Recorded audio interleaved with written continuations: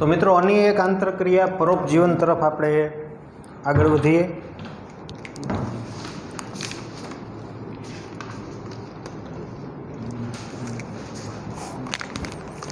પરોપજીવનની અંદર જો આપણે નિશાનીની ચર્ચા કરીએ તો જાતિ એ અને જાતિ બી નિશાની કંઈક આવી રીતની થાય। લગભગ મારે કંઈ કહેવાની જરૂર નથી, તમે સમજી જાઓ કે સપોઝ નહીં, મારે તમને સામેથી પૂછવું પડે કે પ્લસની નિશાની કરી છે તો એ કોણ હોય? તો કે એ પરોપજીવી હોય, પરોપજીવી, કારણ કે એને શું થતો હોય? ફાયદો। માઇનસની નિશાની કરી છે કોણ હોય? યજમાન હોય, કારણ કે એને શું થાય? નુકસાન। એટલે પ્લસ અને માઇનસ કે પરોપજીવન પ્રકારના આંતર સંબંધની અંદર એક જાતિને ફાયદો થાય જ્યારે બીજી જાતિ છે એને નુકસાન થાય, પ્લસ અને માઇનસ। જે પ્લસ છે એ પરોપજીવી જાતિ હોય, માઇનસ છે યજમાન હોય। રેડી? ચાલો, તો પરોપજીવન જે છે ને તે એક પ્રકારની ટેક્સ્ટબુક મુજબ રહેવાની પ્લસ ખાવાની એક પ્રકારની બિન ખર્ચાળ રીત છે, એવું ટેક્સ્ટબુકે કીધું છે। આમ સાચી વાત છે, કારણ કે પરોપજીવી જે છે એને ખાવાનું ને રહેવાનું બે યજમાનમાં હોય, યજમાનમાંથી એને મળી રહીએ, એટલે ખાવાની ને રહેવાની એને કાંઈ ઉપાધિ ન હોય। એટલે આવી રીતે આપણે પરોપજીવનને વ્યાખ્યાયિત કરી શકીએ।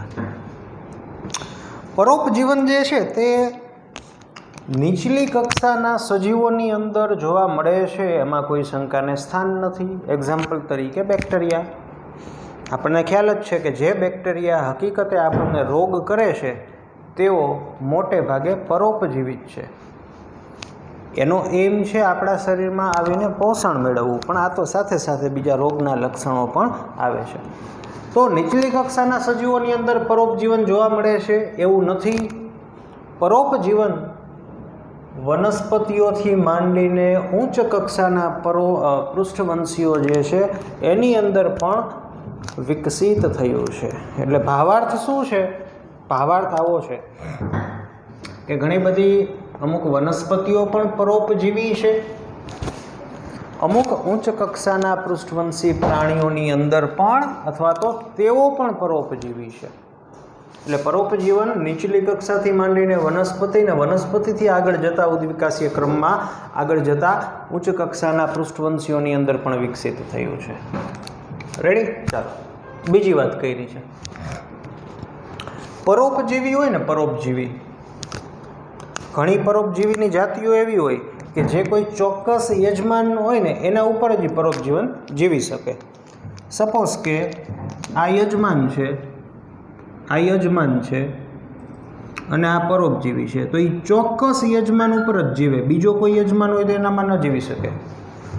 પછી બને એવું કે ધારો કે આ યજમાન છે લુપ્ત થાય, આ યજમાન જો લુપ્ત થઈ જાય તો આને લુપ્ત થવું પડે, આને પણ લુપ્ત થવું પડે, કાં તો આને શું કરવું પડે?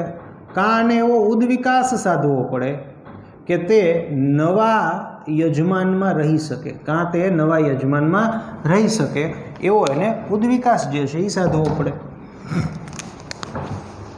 એટલે મોટે ભાગે સામાન્ય રીતે પરોપજીવીઓ જે છે એ ચોક્કસ પ્રકારના યજમાનની અંદર જ રહેતી હોય, અને એ યજમાન જો લુપ્ત થાય તો કાં એને લુપ્ત થવું પડે, કાં એને નવો ઉદ્વિકાસ સાધવો પડે અને નવા યજમાનમાં જવું પડે। રેડી? અથવા બીજું આવું પણ થાય કે પરોપજીવી જે છે તે યજમાનની જાતિ એની લાક્ષણિકતાને આધારે વિકાસ પામે।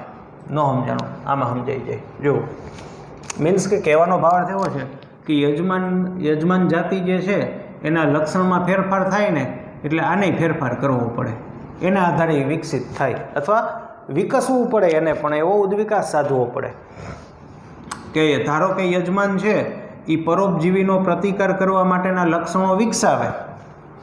આ યજમાનની અંદર ધારો કે પરોપજીવી રહે છે અને યજમાનમાં એવા લક્ષણો વિકસિત થાય કે જેનો પ્રતિકાર કરી શકે, તો સામે આ પરોપજીવીએ પણ એવા લક્ષણોનો વિકાસ કરવો પડે કે જે એને ઓવરકમ કરી શકે, તો જ જેને કહેવાય કે એ જીવંત રહી શકે, જીતી શકે, ટકી શકે.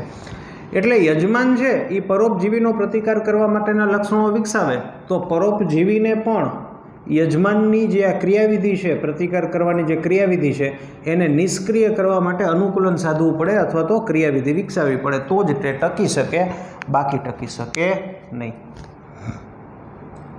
ચાલો, બહુ મહત્વનું છે એક્ઝામ પોઈન્ટ ઓફ વ્યૂ. સામાન્ય રીતે જે પરોપજીવી હોય ને, પરોપજીવી એને યજમાનની અંદર રહેવા માટે અમુક વિશિષ્ટ પ્રકારના અનુકૂલનો સાધેલા હોય, અમુક વિશિષ્ટ પ્રકારના અનુકૂલનો સાધેલા હોય જેથી તે સારી રીતે રહી શકે, એને વાંધો ન આવે. ચાલો, પહેલું અનુકૂલન છે કે જરૂર ન હોય તેવા સંવેદી અંગો ગુમાવી દેવા.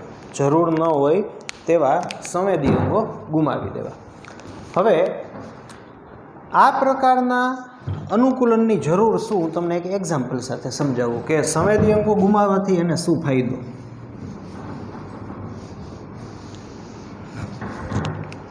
હવે તમે મિત્રો એક્ઝામ્પલ લઈ લો, આપણે મનુષ્યની અંદર જે કરમિયા થાય, એસ્કેરિયાસિસ રોગ, આ આપણું આંતરડું છે, આ આપણું આંતરડું છે, અને એમાં આ કૃમિ જે છે એ હૂક મારીને આંતરડાની દિવાલ સાથે ચોંટેલા હોય.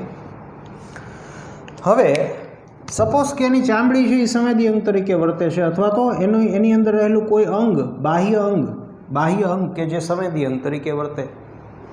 તો મિત્રો હવે આ આંતરડામાંથી તો વિવિધ પ્રકારના ખોરાક, પાચક ઉત્સેચકો કે જે એની દિવાલને જલન પહોંચાડી શકે, અથવા તો આ ખોરાક કે વિવિધ પ્રકારના ઉત્સેચકો એની અંદર વિશિષ્ટ અપ્રિય સંવેદનાઓ જેને કહેવાય ઉત્પન્ન કરી શકે. એટલે સંવેદી અંગ ગુમાવી દઈએ જરૂર ન હોય તેવા, પછી આંખ હોય એ સંવેદી અંગમાં આવે તો તમને ખબર પડવી જ જોઈએ કે એવી કોઈ જરૂરી રચનાઓ જે છે તો એને તો રાખવી જ પડે,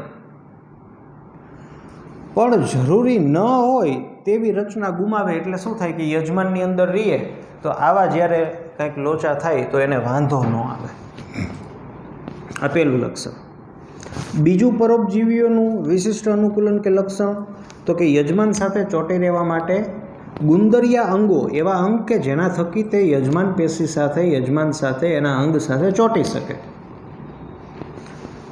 કે ચૂસકોની હાજરી. ચૂસકો તો આપણે ભણી ગયા. ચૂસકો એટલે જો આ વિશિષ્ટ અંગ કહેવાય જેને આપણે અંકુશ તરીકે ઓળખીએ, અને ચૂસક એટલે એનું મુખની આગળનો ભાગ કે એ ચૂસે સીધું. રેડી? તો આવી વિશેષતાઓ આપણને જોવા મળે, જેથી તે યજમાન સાથે ચોંટી શકે.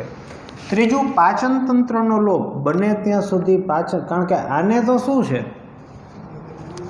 આને તો તૈયાર જેને કહેવાય ખોરાક લેવાનો છે ને. તમે આની જ ચર્ચા કરો ને.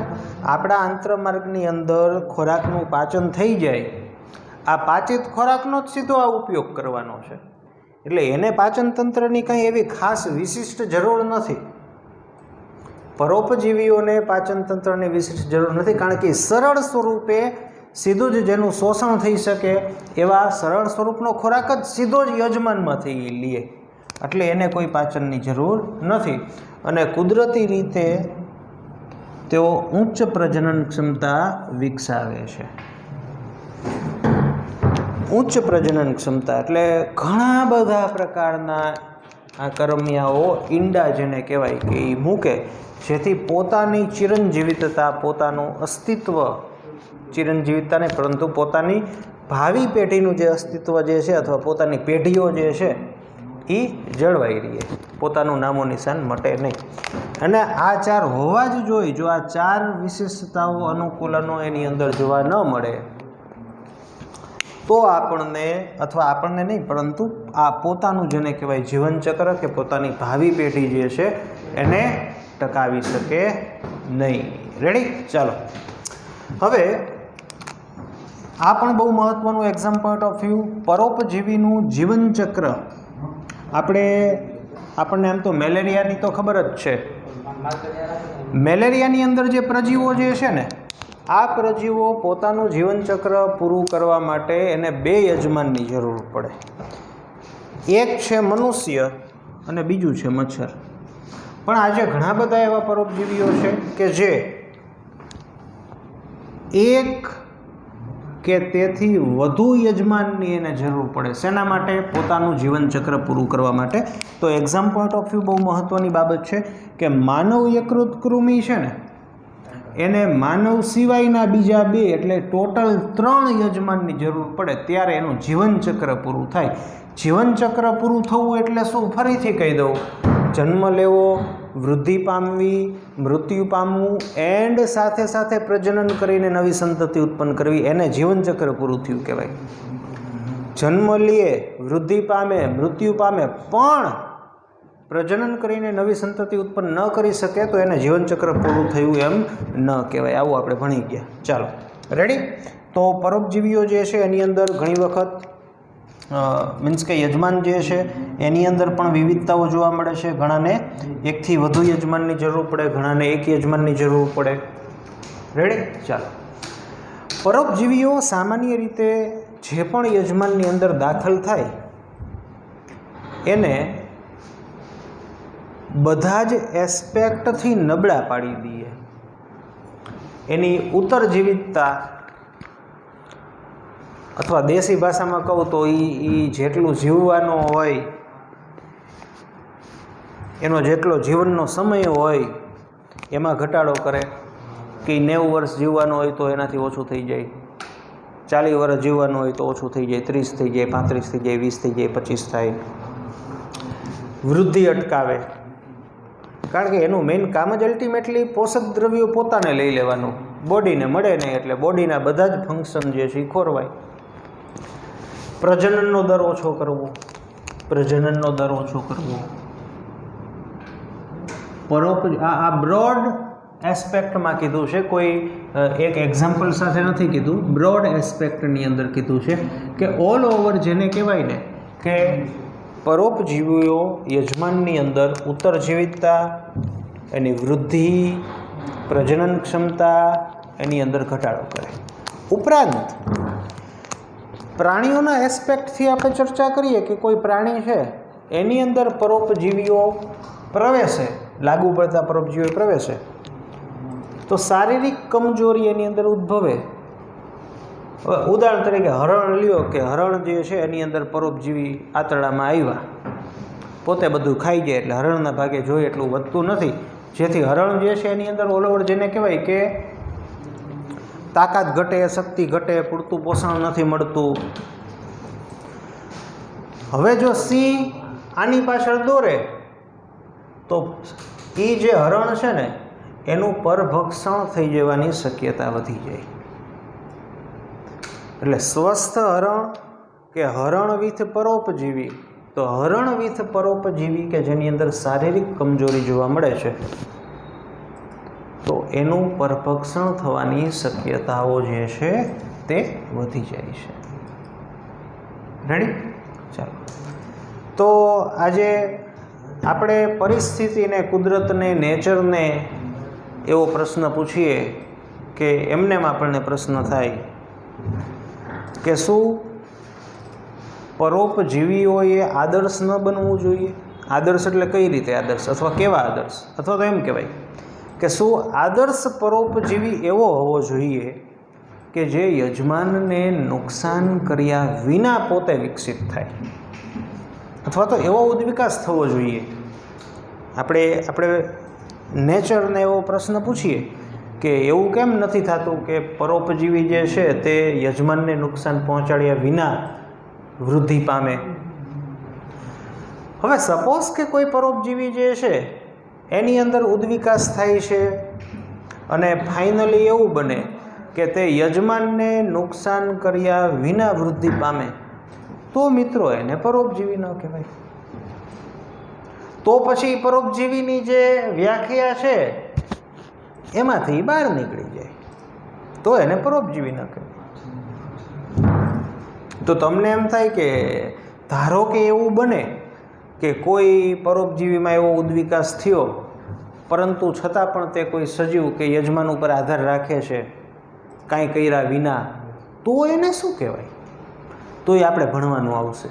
મીન્સ કે ભણવાનું આવશે એટલે આ પરોપજીવન ભણી છે ને, આના પછી જેને કહેવાય કે આપણે જે ભણવાના છે એમાં 2-3 જે આપણે ભણશું એમાંનું જ એક આવશે કે તો આવું આપણે એને કહી શકીએ કે એવા પણ કિસ્સાઓ જોવા મળે છે કે જેમાં 2 સજીવ વચ્ચેનો આંતરક્રિયા હોય, એક સજીવ બીજા સજીવ ઉપર રહેતું હોય, પણ આ સજીવ યજમાન સજીવ ઉપર જે રહે છે એને નુકસાન પહોંચાડતો નથી, એવું પણ જોવા મળે છે.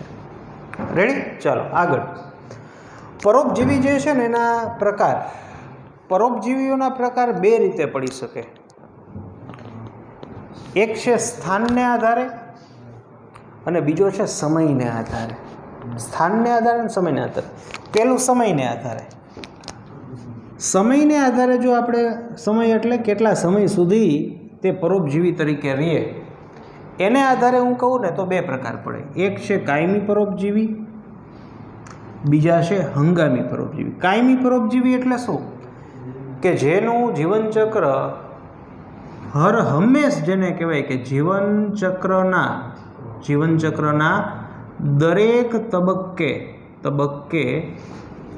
તે પરોપજીવી જ હોય, પરોપજીવી જ હોય, અથવા તો પોતાનું જીવનચક્ર તો જ પૂરું થઈ શકે કે જો તે યજમાનની અંદર હોય તો જ. જ્યારે હંગામી પરોપજીવી એટલે દરેક તબક્કે, જીવનચક્રના દરેક તબક્કે તે પરોપજીવી નથી. ઘણા બધા એવા પ્રાણીઓ છે કે જેની કોઈ ડિંભીય અવસ્થાઓ હોય એ પરોપજીવી પ્રકારની હોય અને પછીની જે અવસ્થાઓ છે એ પરોપજીવી પ્રકારની નથી હોતી, તો આને હંગામી પરોપજીવી કહેવાય. કે જે કોઈ ચોક્કસ પોતાના જીવનચક્રના કોઈ ચોક્કસ તબક્કા દરમિયાન પરોપજીવી બને અને બાકી પરોપજીવી હોતા નથી, તો આને હંગામી પરોપજીવી, થોડા સમય માટેના પરોપજીવી, આને કાયમી પરોપજીવી કહેવાય. જ્યારે બીજો જે પ્રકાર છે ને તે સ્થાનને આધારે છે. સ્થાન કે પરોપજીવી સજીવ યજમાનની અંદર કયા સ્થાને રહે છે, બહાર રહે છે કે અંદર રહે છે. જો બહાર રહેતા હોય તો એને બાહ્ય પરોપજીવી કહેવાય, અંદર રહેતા હોય તો એને અંતઃ પરોપજીવી કહેવાય. તો બાહ્ય પરોપજીવી જે છે ને આપણને અમુક એક્ઝામ્પલ આપ્યા છે જે આપણે એક્ઝામ પોઈન્ટ ઓફ વ્યૂ યાદ રાખવાના છે. જેમ કે મનુષ્ય છે એના માથા ઉપર, ટાલ ઉપર થતી જૂ, તો એ બાહ્ય પરોપજીવીમાં આવે કે જે આપણી બહારની સપાટી ઉપર રહે છે અને પરોપજીવન ગુજારે છે. પછી બગાઈ, તમે કદાચ જોયું હોય તો ઈતળીઓ કદાચ જોઈ હોય, બગાઈ ઈતળી સફેદ કલરની હોય, બ્રાઉન કલરની હોય, કૂતરાની સપાટી ઉપર બહાર આપણને એ લોહી ચૂસે એનું. ગાય ભેંસ હોય એની સપાટી ઉપર આપણને બહાર જોવા મળે.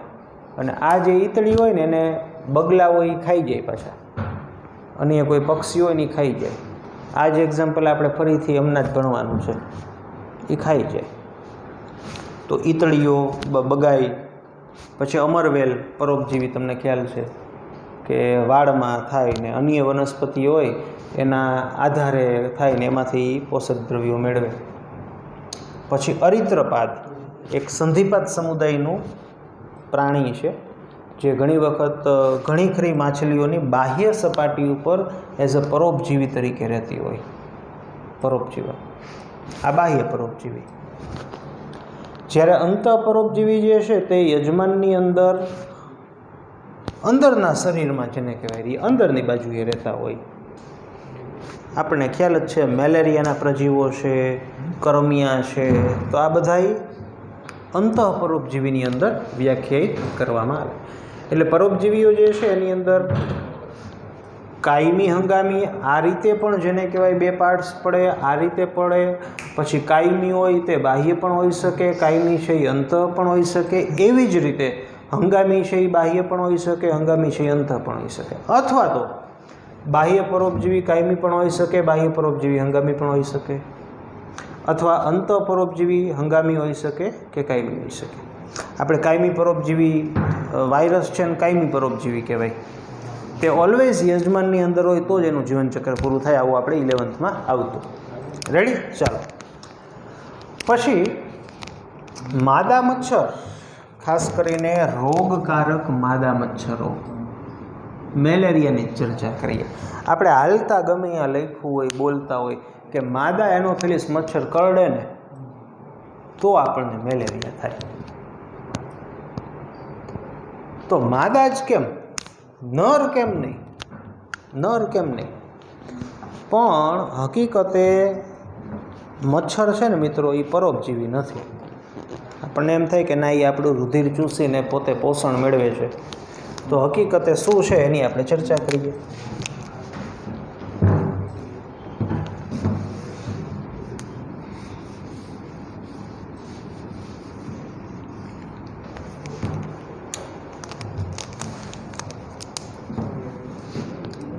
નર પ્લસ માદા મચ્છર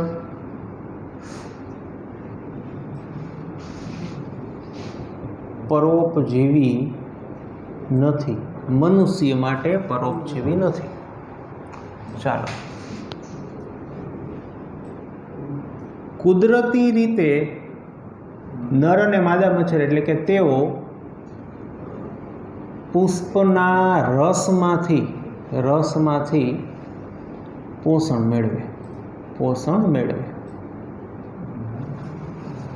એટલે મધમાખી જેવું જ છે આમાં, કે પુષ્પના રસમાંથી સામાન્ય રીતે મચ્છર જે છે ને એ પોષણ મેળવતા હોય. એ હકીકતે મનુષ્ય જે છે એના રુધિરમાંથી પોષણ મેળવતા નથી. રેડી? હવે આગળ જો એનું કારણ હું લખું છું. કારણ શું છે જો.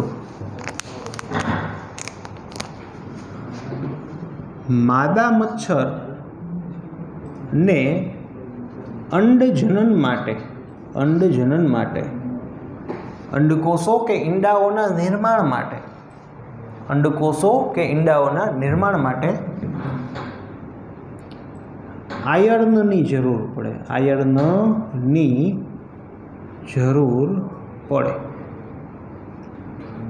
આ આયર્ન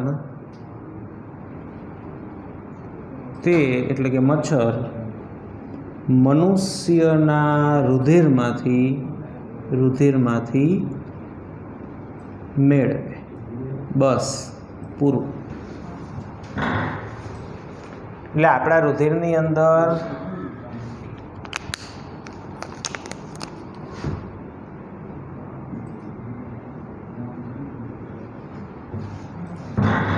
આરબીસી હિમોગ્લોબિનમાં જે આયર્ન છે રુધિર રસમાં જોવા મળે એવું નથી.